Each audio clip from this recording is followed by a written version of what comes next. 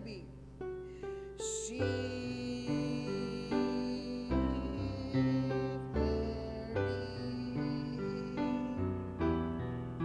some wicked way in me. Cleanse me from every sin and set me free. On the second stanza now, gawin natin ito na may buong pagtingin sa ating pong sarili. Sa second stanza, I praise the Lord. Sa second stanza now, sing. I praise the Lord. Praise the Lord for cleansing me from sin. Fulfill thy word. Fulfill thy word and make me pure within.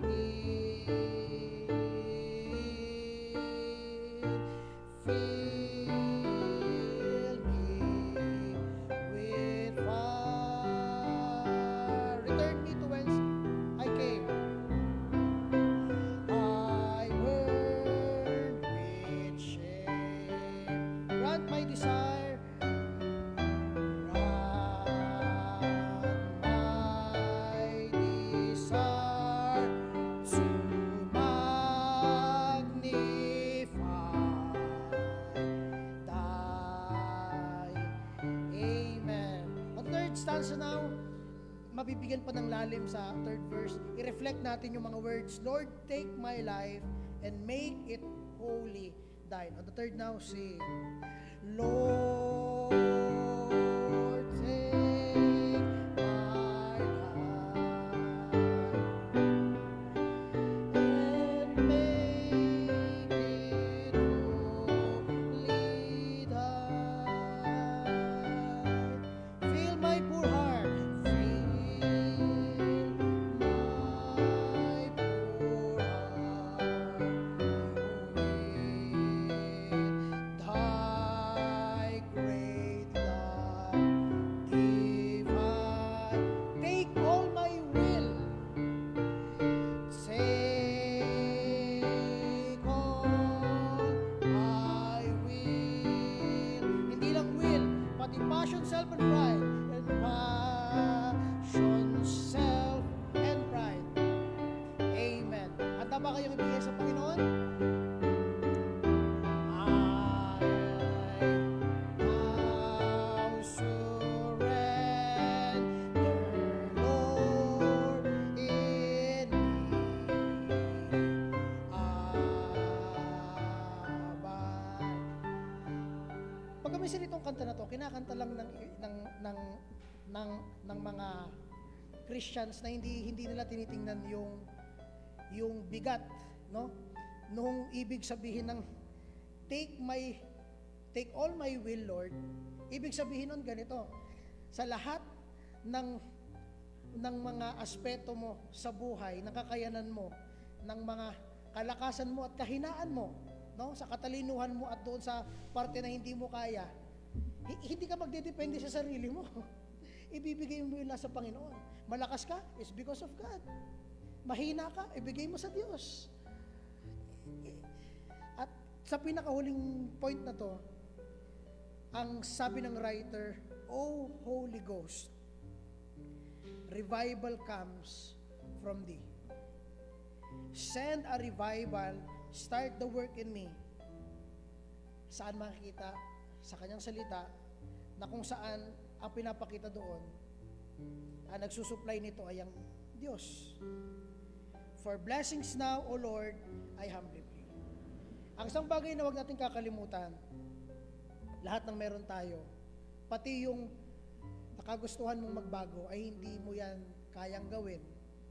Hindi mo yan kayang sikapin. ang makapagbibigay niyan sa iyo ay ang Panginoong Jesucristo. Wala nang iba.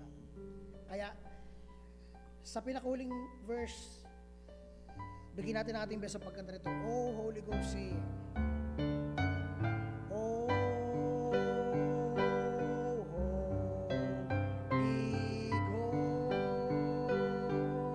Ghost, revival comes from thee. Send our, hindi sa ibang tao, sa'yo, sa'yo. Start the work sa atin. In me, thy word declares, thou wilt supply our need. Amen. It's only God. For blessings now. For blessings now. Oh Lord, look at this. I lead. Mga kaibigan at mga kapatid, hindi natin inuutusan ng Diyos. Humingi ka sa Kanya ngayong gabi, sa prayer time natin mamaya, lumapit ka sa Kanya, bigyan ng apoy yung nanghihina mong apoy para sa mga gawain ng Panginoon. Thank you very much at ibigay po natin kay Pastor. Pwede na po tayo po.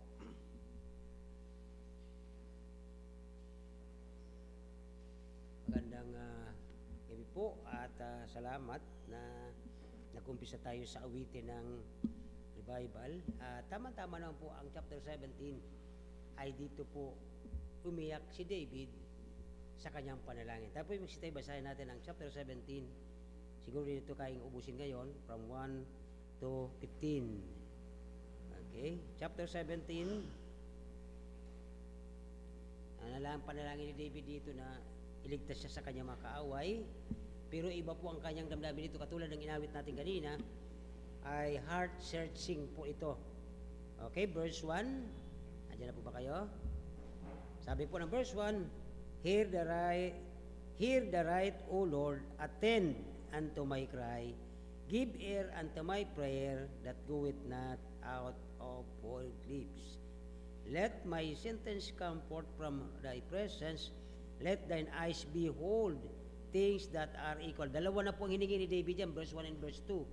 Kung inyo papansin, ano po, verse 3, Thou hast proved mine heart, thou hast visited me in the night, thou hast tried me, and find nothing, I am purposed that my mouth shall transgress. Ito po yung ginawit natin kanina, ang verse 3. At ano ng Banal na Espiritu, binigay sa bawat isa sa atin. Verse 4, Concerning the works of men, by the words of thy lips, I have kept me from the path of the destroyer. Hold up my going up thy path, that thy footstep slip not. So, humingi po siya ng tulong dito. 6, I have called upon thee, for thou wilt hear me, O God. Incline thine ear unto me, and hear my speech. Show thy my brothers loving kindness, O thou savest that the right hand them which put their trust in thee, from those that rise up against them. O, yun po isang katibayan sa panalangin natin na sinasagot ng Diyos yan madalas. Verse 8, Keep me as the apple of the eye, hide me under the shadow of thy wings, from thy wicked that oppress me, from thy deadly enemies who compass me about. They are enclosed in their own path, with their mouth they speak proudly. They have now compassed in our steps, they have set their eyes bowing down to the earth, like as a lion that is greedy at his prey, and as they were young lion lurking in secret places.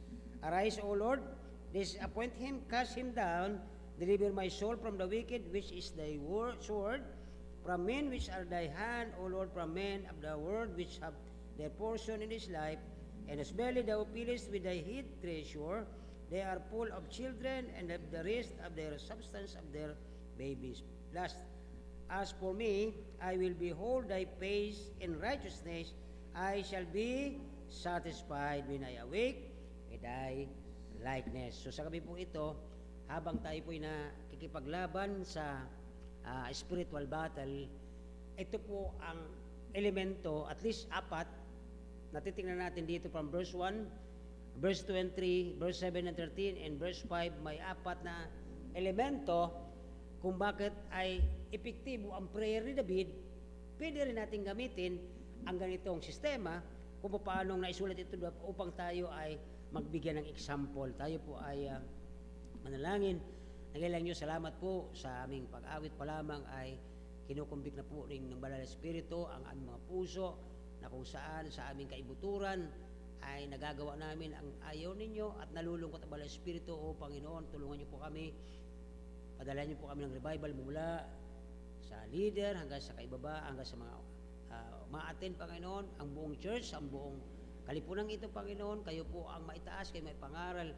Ano man pong mga nakita sa aming mga buhay, sa isip, sa puso, sa aming mga thoughts, ay i-search mo kami ayon sa verse 2. Husgahan mo kami, Panginoon, upang nang sa gayon ay mapasunod mo po kami sa iyong mga salita at higit sa lahat, magkaroon po ng satisfaction ng aming kaluluwa na kung paanong magbe-bless ka sa mga taong sumusunod sa iyo. Sa muli po, Banal na Espiritu, kayo po ang mangunguna sa pag-aaral na ito. Lead us, teach us, upang Panginoon ay ikaw'y maligaw sa mga nais mo sa gabing ito. Kayo po ang may taas, may pangaral, at ang iyong pag-ibig, Banal na Espiritu, sa amin ang siyang mangibabaw. Maraming salamat po sa pangalan ni Jesus. Amen. Sa muli, maraming salamat. Habang tayo po ay nabubuhay at nagpapatuloy sa buhay spiritual natin, buhay Kristiyano natin, ay hindi mawawala ang ating enemy. Ang dami. Nung last Sunday, napag-usapan natin yung we are at war every day, every minute, may giyera sa buhay natin. Una, yung mundo, kaaway natin. Pag naging kaibigan mo mundo, kaaway ka ng Panginoon. Giyera yun, ano po? Pagka yung mga nais mo, yung mga gusto, yung mga passion, ang nasusunod, ang kaaway mo yung sarili mo. Kasi minsan kahit ang Panginoon ang dapat uunahin, inuuna natin yung gusto natin. Ano po? At ang pangatlo ay ang temptation o ang devil ang pinakamahigit na kaaway doon sapagkat ang tatlong kanyang instrumento nandyan sa tao. Bilang tao, nandun po yung lust of the eyes, lust of the flesh, and the pride of life. Laging nandun sa tao yan. Kaya madali si Satanas nakakakuha ng style para matep ang bawat isa. Pero dito po sa sinulat ni David, ito po ay Psalms, ito yung mga awit o kaya mga poems na ginawa niya. Kung naalala niyo po, 8 months ago yata ay naituro ko na sa inyo. At dito po ay napansin natin sa verse 1 ang tatlong letter H hanggang verse 5 and verse 8. Nung nakarang naituro ko po ito ay hear me, okay, hold me, and hide me. Yun po yung tinuro ko sa inyo nakaraang siguro mga walong buwan na. Ngayon po ay ito naman po ang mapapansin natin dito sa verse 1. Para magkaroon po tayo ng susundan ng School of Thoughts dito. Number 1, nung nakiusap si David, sabi niya ng chapter 17, hear the right, O Lord, attend unto my cry, give ear unto my prayer that goeth not out of pain lips. Number 1, we need God's ear para pakinggan tayo. Sabi niya po baga dito sa verse 1, hear me. Okay?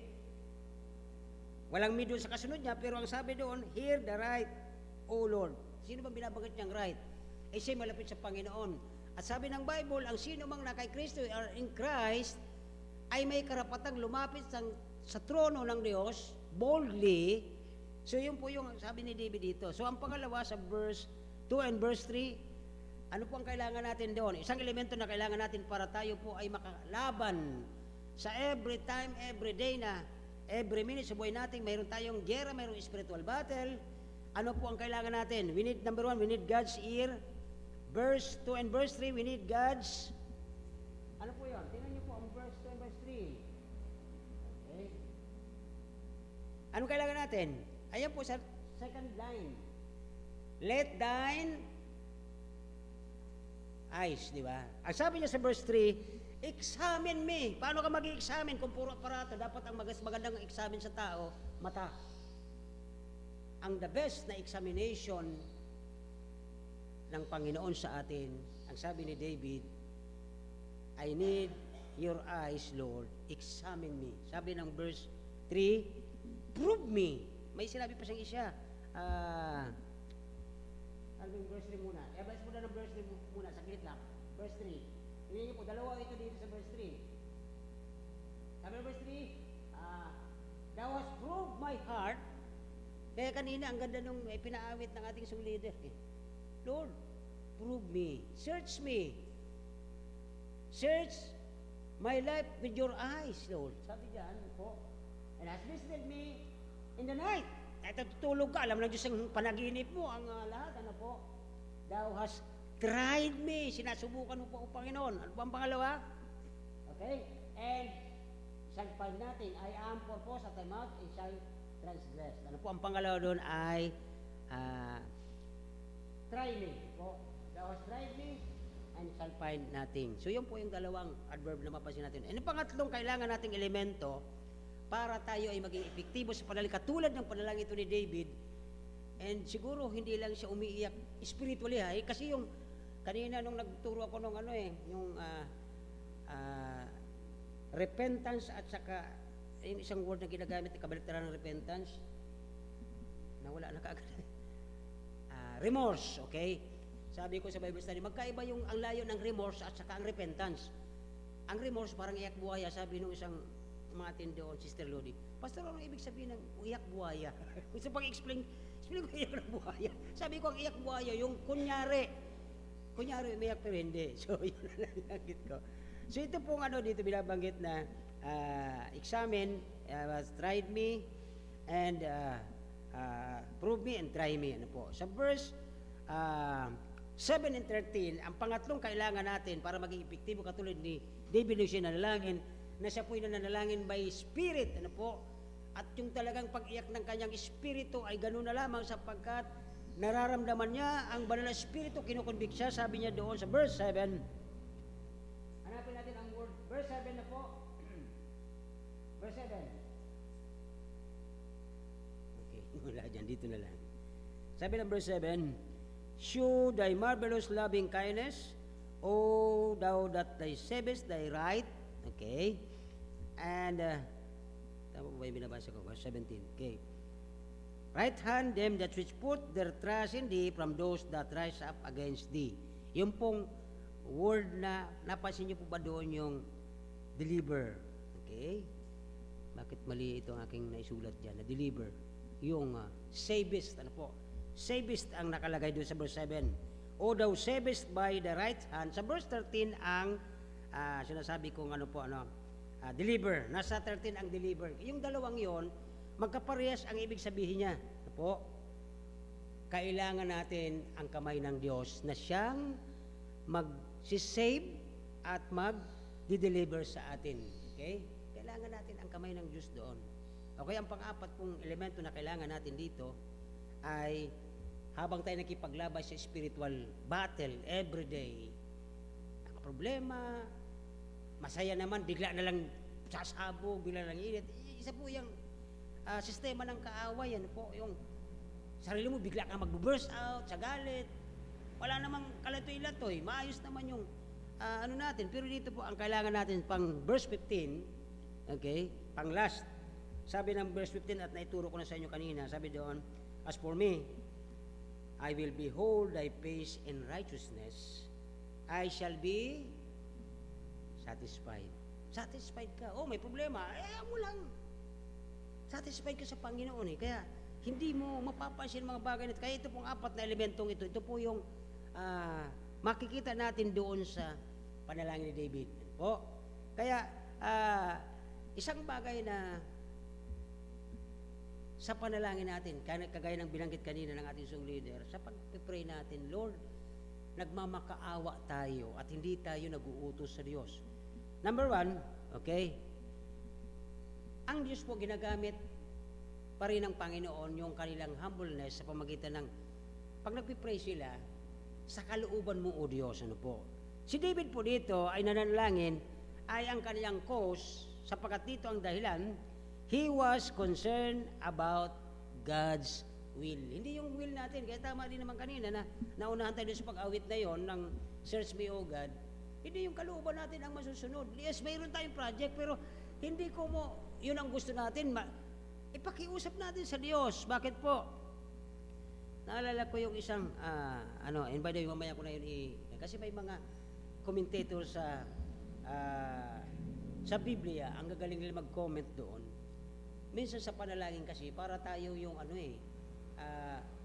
nakakita na ba kayo ng pulubi na pag kumakain ka, hihingi, tapos pag di mo binigyan, nagagalit? Kakita na ba kayo? Nabi siyang aso namin dyan, si Pritch, pag nakangalabit yun, ang galit din pag nakaupo ka kumakain, kakalabitin ka 3 beses eh.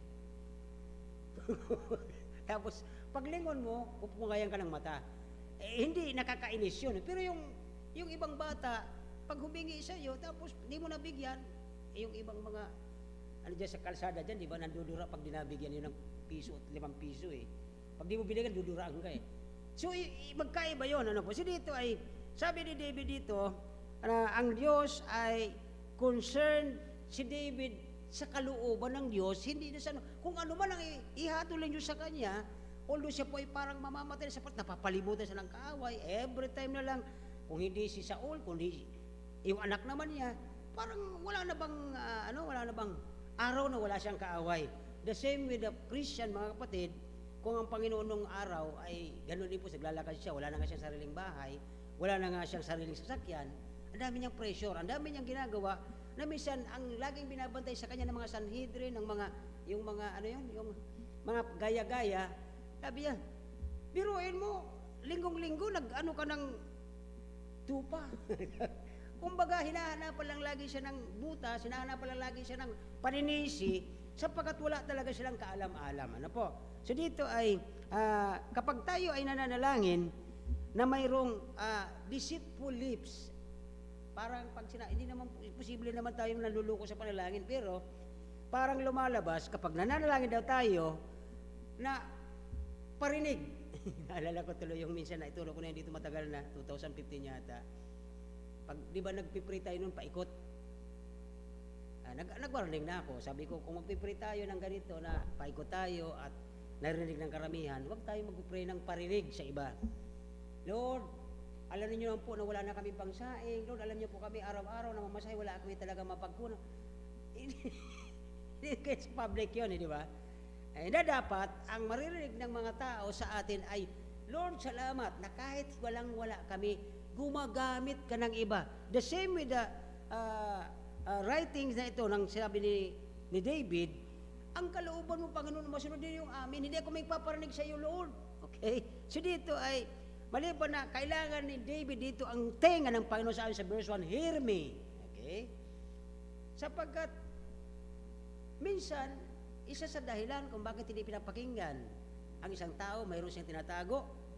Pangalawa, sa mag-asawa, bakit hindi pinapakinggan ang panalangin ng mag-asawa? Mayroon silang hindi magandang samahan eh. Walang satisfaction at walang pagpapatawaran. Ano po? So, yun po ang isa sa dahilan bakit nahihindir ang prayer. Kaya dito po sabi ni David, hear me. Okay?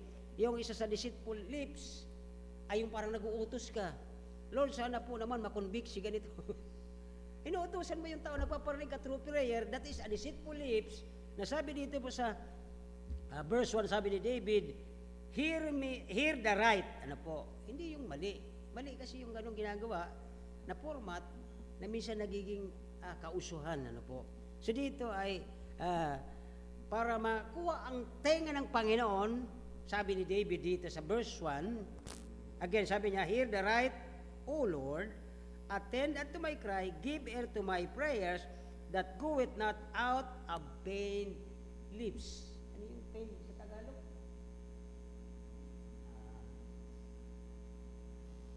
Walang pandaraya, walang halong, ano ba yung, basta, minsan nahahaluan, So, vain lips. Kaya dito po, kailangan nating mag-pray na mayroong honesty, may init, may submission, at higit nilang po yon, dapat bago tayo humingi mamaya-maya sa panalangin, nakaprepare talaga ang puso natin. Lord, tama po ba na ang puso ko humingi sa iyo? Baka ang dami ko ring nagawa na hindi ko pa naihingi ng tawad sa iyo, Panginoon. Nakikita ng Panginoon yun, hindi talaga tayo masasagot dahil mismo ang ating puso ay mayroon pong nakabara na dahilan para hindi tayo pakinggan ng Diyos, it is na tinatawag na mga salimuot sa ating mga puso, na sabi nga ni Pablo sa Philippians, kinakalimutan ko ng mga bagay na yon. Pag nakarana, wag na natin ilalagay ulit. Ano po? So, sabi niya dito ni David, attend to my ear, o attend to my cry. Ito po ay yung totoong pusong mapait na umiiyak. At dito po ay alam niyo po ba yung ang pinakamapait na iyak na halos sa kanyang pag-iyak pwedeng matunaw ang isang bato. Grabe.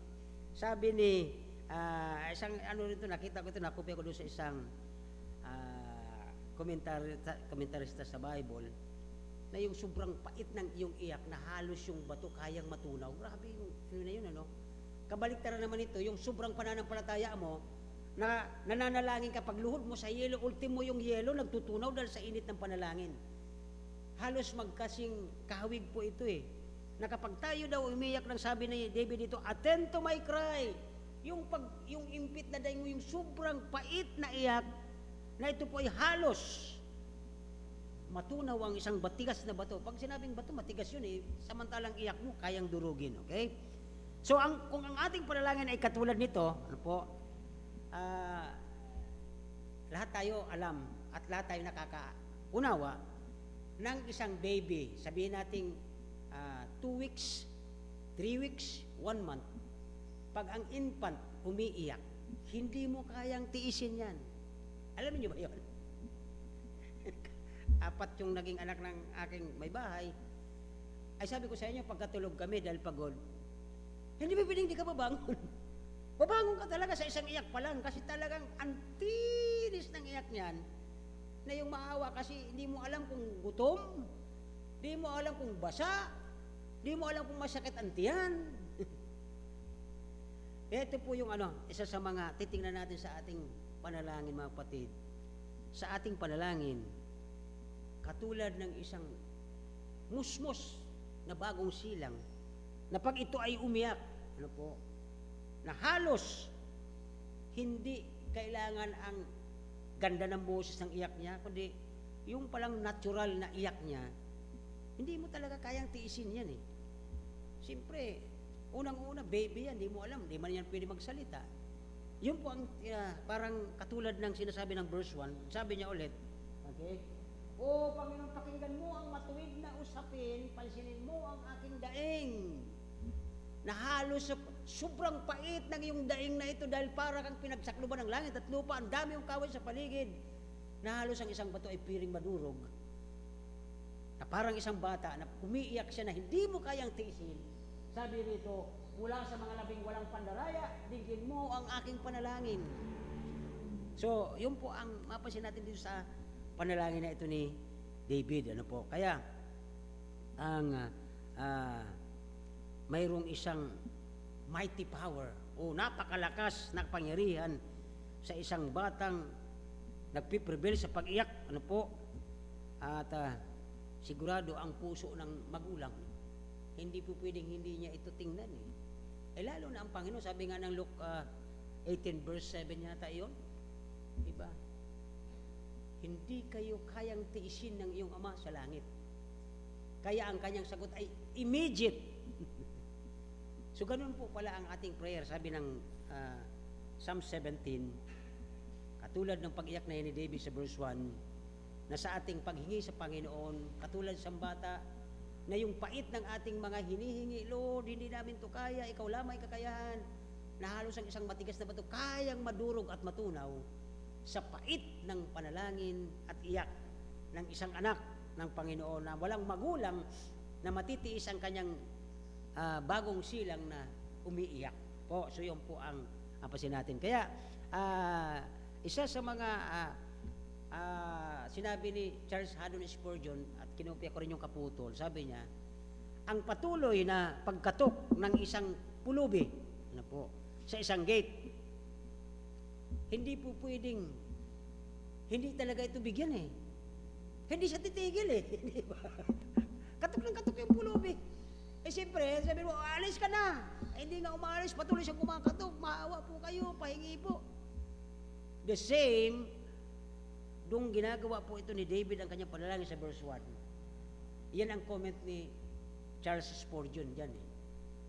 Nang isang pulubing kumakatok, wala siyang kakayahan, wala siyang kahit ano. Pero patuloy siyang kumakatok sa puso ng may-ari na parang ang Panginoon. Siyempre, kung lalapit ka na lang din sa gate, bago mo siya paalisin, o sige, ito lang kaya, di ba? Pero ang Panginoon po ay iba, sapagkat dito ay ipinakita ni David, ay sabi sa verse 1, hear the right. Pakinggan mo, Panginoon, ang katotohanan. Itong aking kahilingan, wala po itong halong kung ano pa man, kundi alam mo at natatalos mo ang aming pinagdadaanan araw at gabi, buwan, taon. So yung ating patuloy na pagkatok sa puso at trono ng Panginoon ay dahilan upang pakinggan at tingnan tayo ng ating Panginoon. So, kailangan natin ang, ano sabi ng verse 1? Para maging epektibo ang ating panalangin, kailangan natin ang, tenga ng Panginoon. Number 2, para maging epektibo ang panalangin, sabi ni David dito sa kanyang Psalm 17, isa sa epektibong elemento ay we need, sabi ng verse 2 and 3, basahin na po natin. Verse 2, mula sa iyo manggagaling ang aking kakatulan. Okay? Let thine eyes behold the things that are equal. Yung patas na judgment. Verse 3. Okay? Nabagit na po yung eyes doon sa verse 2. Verse 3. Thou hast proved mine height. Okay? Kailangan natin ang mata ng Diyos to examine us. Lord, examine me. Let thine eyes prove. Sabi ng verse 3. Let your eyes prove me, mine heart. Thou hast visited me at night. Anong pinapanaginip ko? Anong pinapangarap ko? Binabaliktad niyo pa yung unan. Papanaginipan, di ba? Di ba? Para naman mapanaginipan yung crush, pabaliktad rin na 3 beses ang unan. 1, 2, 3. Lalagay yung pangalan. Yung mga ginagawa natin, alam, nandito eh. Sabi niya doon, okay, thou hast visited me at night. Na dapat nakaluhod ka sa tabi ng kama o nakadapa ka o ano mang ginagawa o nananalangin ka, iba ang naaabutan ng Diyos eh. We need the eyes of God para maging epektibo ang ating panalangin to examine the heart, ma-prove ng Panginoon. Tama ba yung mga nasa puso natin, mga plano natin, lahat ng mga tinitibok ng puso natin at lumalabas sa isip at nagkakaroon tayo ng planning. Pagdating, ganito, ganun lahat. Ano po? So, sabi diyan ay examine, let thine eyes prove me. So dito po si David ay nung time na nandoon po sa loob ng kuweba, pwede niyang patayin si Saul doon eh. Twice may pagkakataon siya. Okasyon. Pero alam niyo po ba ang pumigil kay David para mapatay si Saul? Ang kanyang pananampalataya sa Diyos eh.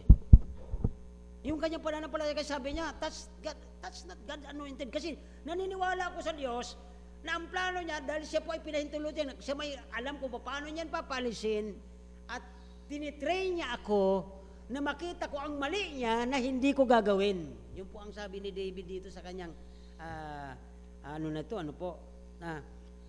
may pagkakataon na sana siyang gawin yon. Minsan may mga decision making din tayo mga Kristiyano na nasusunod yung will natin, hindi ang will ng Diyos eh. Kasi Panginoon, pagkakataon na to Lord eh. Para bang hindi tayo makapaghintay na ang Diyos alam niya kung ano ang dulo at simula ng ating mga ginagawa. Okay, dito po ay iniwanan niya ang kanyang kaisipan na klaro, yung kanyang vindication sa Panginoon. Kasi may pananampalataya siya eh. Sabi ng verse 3, prove my heart. Okay? Sabi niya doon, prove my heart, thou hast visited me at night, thou hast tried me. I shall find nothing, I am purposed that my mouth shall not transgress. Lalo na yung kanyang bibig kasi sinabihan niya si Abner eh. Wag. Niligay ng Diyos yan. Kahit gaano kasama yan, ang Diyos mag-aalis yan eh. So yun po ang mapansin natin dito. So, alam ng Diyos ang puso nito ni David, okay?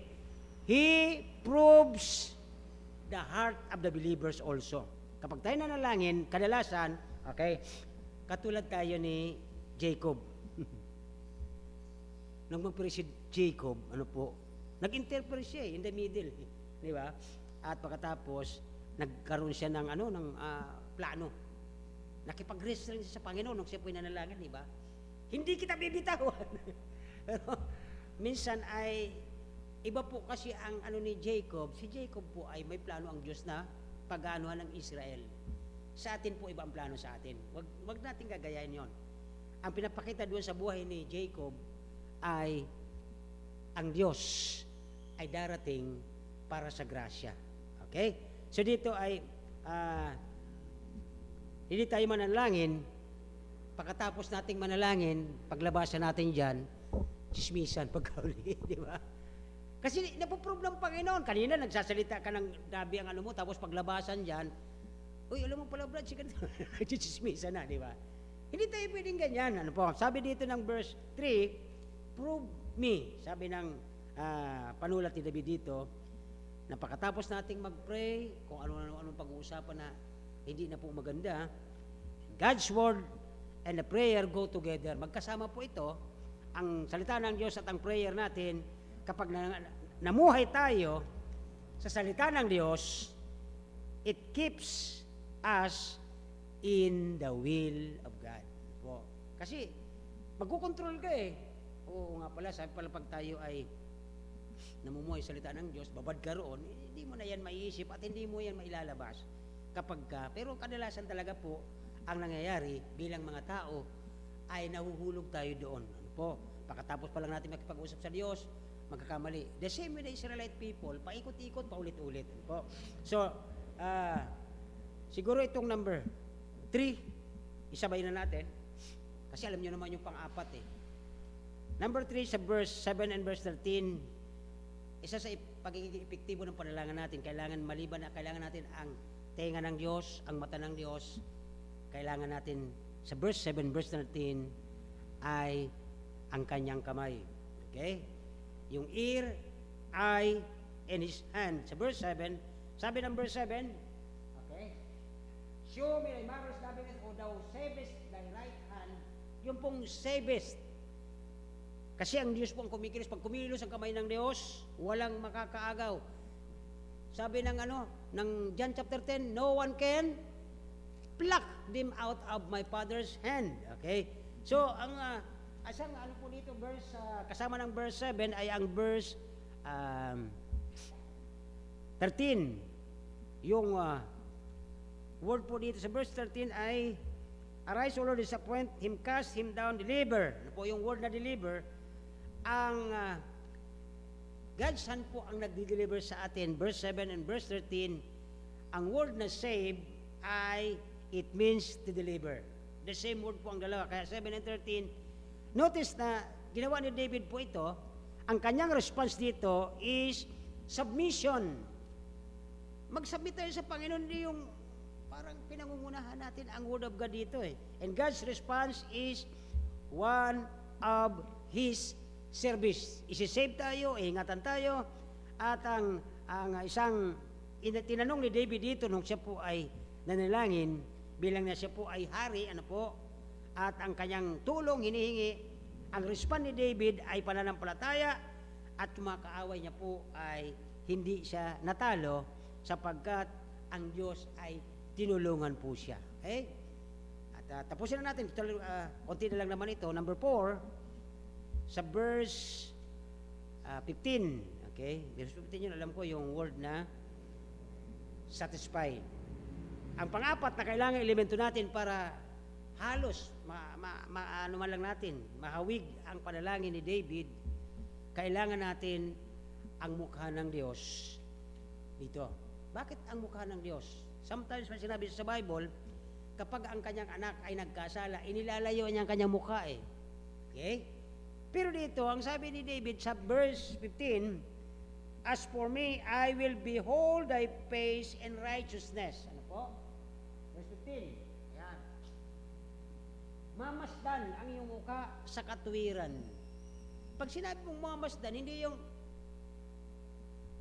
ganyan na pagmamasdan. Talagang nag-i-enjoy ka at ninanamnam, at ang sabi po ng word dito ay satisfied. Ano po? Nasa-satisfy tayo doon sa presence ng Diyos.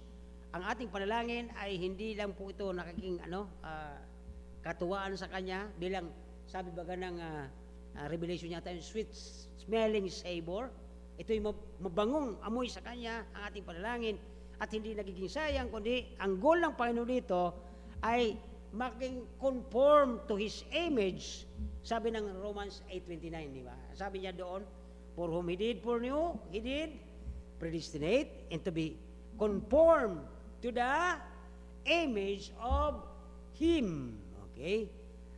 Okay? Or of His Son, that He might be the first fruit among every brethren. Kaya mga kapatid, ito po ang at least 4, pangalawang bis ko na po itong na-preach ang chapter 17 ay nung una, di ba sabi ko sa inyo, sa verse 1, hear me, verse 5, hold me, and verse 8, hide me. But this time, 4 na elemento, we need God's ear to hear us. Verse 1, we need God's eye to examine, to prove us, to show. Again, number 3, we need God's hand to deliver us from verse 7 and verse 13. And we need God's space to satisfy us. Hanawa po, na-bless kayo sa blessing, sa prayer ni David. Ngayon mag-pray tayo. Sana ma-prove ng Panginoon, ma-search tayo ng Panginoon na walang mali at sipakinggan niya po ang ating mga kahilingan. Tayo may magsitayo at tayo magko-close. Nagilang Diyos, salamat Panginoon sa gabing ito po. Salamat po sa iyong tenga, sa iyong kamay, sa iyong mukha, upang kami ay tulungan sa aming mga kahinaan. Hanaw Panginoon, sagutin niyo po ang aming mga hinihiling po. Kung mayroon pa man po Panginoon sa aming mga puso, nakatagong mga karumihan, pakalinisin po kami ng iyong banal na Espiritu, i-revive niyo po kami, pangunahan niyo po kami. Wala kami magagawa kung wala po kayo Panginoon. Kayo ang dapat na tataas at hindi ang sino man, sa pangalan ni Jesus. Amen.